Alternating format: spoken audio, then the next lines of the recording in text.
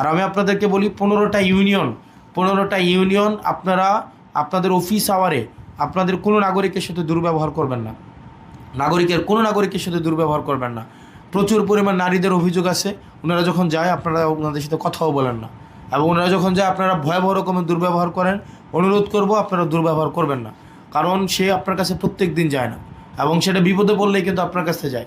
শুধু কিন্তু আপনার কাছে কেউ যাচ্ছে না, যাচ্ছে ইউনিয়ন পরিষদে যে যায় এটা কিন্তু বিড়ম্বনার মধ্যে দিয়ে যায়। বিদেশে যখন যায় একটা লোক, আর দেবিদ্বারের বেশিরভাগ মানুষ বিদেশে যায় কারা?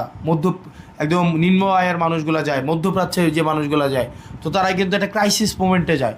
এবং এই যে হয়রানিটা, এটা যদি ইউনিয়ন পরিষদ থেকে এটা করেন আপনারা, এটা কিন্তু খুব বাজে হয়, এবং এই ক্ষোভটা কিন্তু তার সারাটা জীবন এই ক্ষোভটা থাকে। এবং যে কোনো কাজের জন্যই যাক, ওয়ারিশপত্রের জন্য যাক, এবং এখানে কি তহসিলদার অফিস আছে না একটা, ওই যে ওনারা ভূমি রিলেটেড কাজগুলো ওনারা করেন, এবং উনি তো হচ্ছে আপনার অধীনে, উনি এটা কি ডিফারেন্ট, আইসল্যান্ডের অধীনে না? ওইটাও এক ধরনের হচ্ছে বিড়ম্বনার এক ধরনের জায়গা। এখানে তহসিলদারেরও কাজ করেন, ওনাদেরও আন্তরিকতা আছে, আবার একই সাথে মানে ওনাদের ত্রুটিও আছে। একই জায়গায় জনগণও দেখা যায় কি তারাও মাঝে মাঝে ভুল করেন, তো এই ভুলগুলা নিজে করেন, এটাকে সংশোধনের জন্য ওনারা একটু বেলাইনে যাওয়ার চেষ্টা করে এবং টাকা পয়সা দেয়। তো ওনাদের সাথে আমরা কথা বলার চেষ্টা করবো, কারণ এই দুইটো অফিস নিয়ে সবচেয়ে বেশি অভিযোগ। তো আপনারা 15টা ইউনিয়নের আজকে 14 জন কর্মকর্তা আপনারা আজকে আসছেন।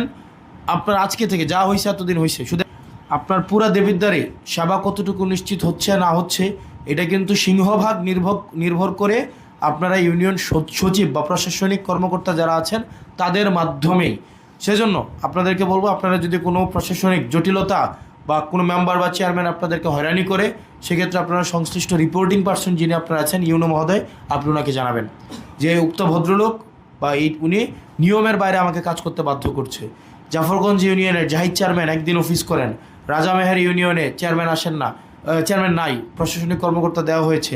সুলতানপুর ইউনিয়নের ওনার বাড়িতে গিয়ে হচ্ছে সিগনেচার করতে হয়।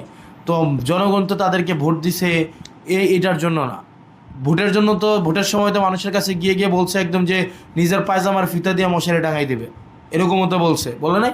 আর হচ্ছে কি এমন অবস্থা হয়েছে যে আপনি কি ঢাকা গিয়ে সিগনেচার করে নিয়ে আসেন নাকি? না, উনি আসে সিগনেচার করে, উনি আসেন তো 7 দিনের মধ্যে একদিন অফিস করে। তো কিন্তু আপনার নাগরিক সেবাটা কিন্তু পুরাটা ইউনিয়ন কেন্দ্রিক, সেজন্য সংশ্লিষ্ট চেয়ারম্যান মহোদয় আপনাদের কাছে অনুরোধ করবো, আপনাদের জন্য অনেক কাজ আটকায় থাকে।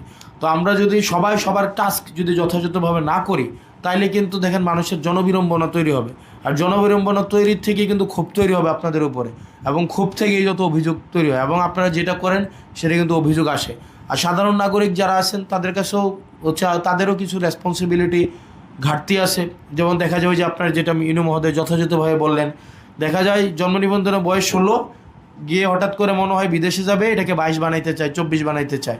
জন্ম নিবন্ধনের বয়স 13, বিয়ের সময় এটাকে 18 বানাইতে চায়। তখন দেখা যায় নিজের প্রয়োজনে হচ্ছে 500 টাকা সচিবের পকেটে গুঁজে দেয়, যে এটা করে দেন, কাজটা বাইর করে দেন। এটা তো এই অভিজ্ঞতা তো আছে নাকি আপনাদের? নাই, অভিজ্ঞতা তো আছে আপনাদের। তো আপনারা যেটাই হয়, আপনারা কোনো ধরনের যার পক্ষ থেকে কোনো অন্যায়কে আপনারা প্রশ্রয় দিয়েন না।